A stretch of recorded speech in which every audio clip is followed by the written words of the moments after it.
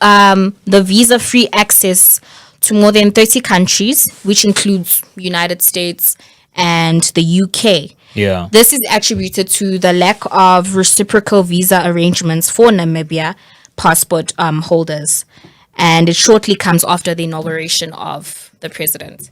So it's basically because we're tired of being the ones that are giving, but we're not getting anything from Yeah. it. Yeah. So she came in, she was like, she's tired because it makes no sense if you actually look at it, especially for countries like Germany who contribute a lot to the tourism in Namibia, and yet it's a one-sided agreement, as so it seems. Yeah.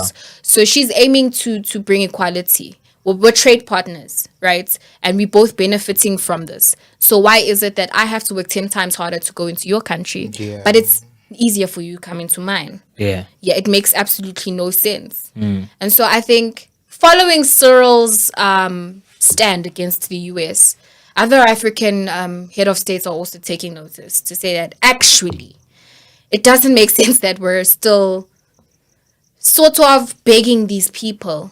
Whereas this economy, we're helping each other. It's no longer one-sided. Yeah. No longer seems as though they're the ones helping us. They need us just as much as we need them. Yeah. And so it makes no sense that we have to fight this hard in 2025.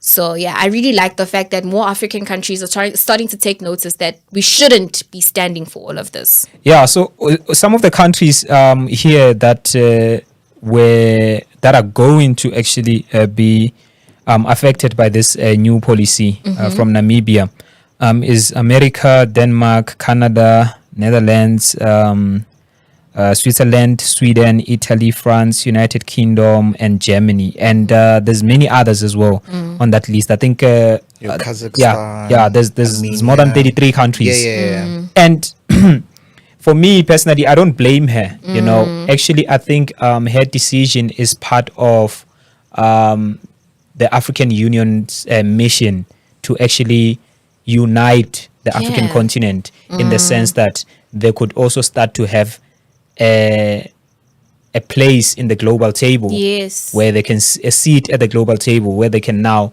contribute to the world equally and can be heard equally, because for so many years African states have been suppressed, excluded, and looked down upon.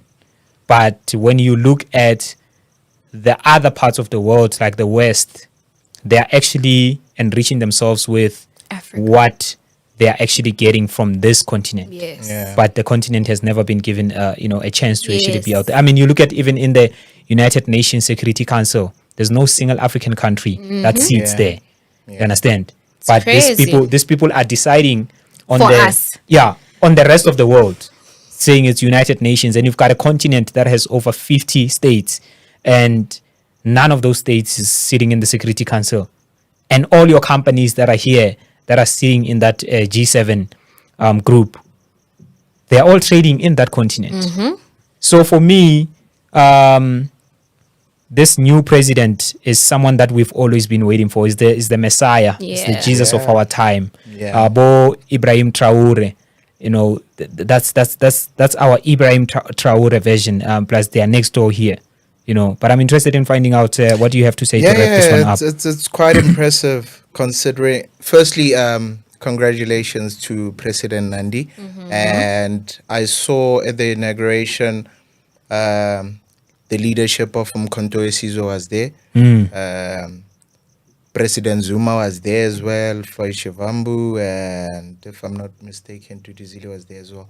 So it shows that women are taking up leadership position within the sphere of this world, and it's a good thing, even though it's happening at a slow rate It's about time. than I would have loved it to happen, because I think a different set of mind plays a significant role within society than the common one. So if we have more females within high ranking or peak hierarchy positions within the government fraternity, it makes a lot of sense, and it brings about new ideas, creativity, and development of the girl child being confident to do it, regardless of what is happening. Now, the policy shift that they undertook, it was in communication from last year, July, if I'm not mistaken. So it ran to its finalization on the 1st of April. The excluded countries on the visa relation, hence you've stated them. I think it's fair and it's a good development for Namibia and the African continent countries. You can't have to roll out a red carpet for people from Europe, and then when you go to Europe, they don't do the same for you. That presidential stature of respect, it's gone. It's not gonna happen. We need to be on an equal basis when it comes to you coming to serve me in my continent or my country. You need to respect me the same way I respect you when I'm in your land. Yeah. So yeah, we need to spearhead this, and I wish more countries could follow up when it comes to this. It's very important so that Yeah. we become equal when it comes to laws and policies with outside countries.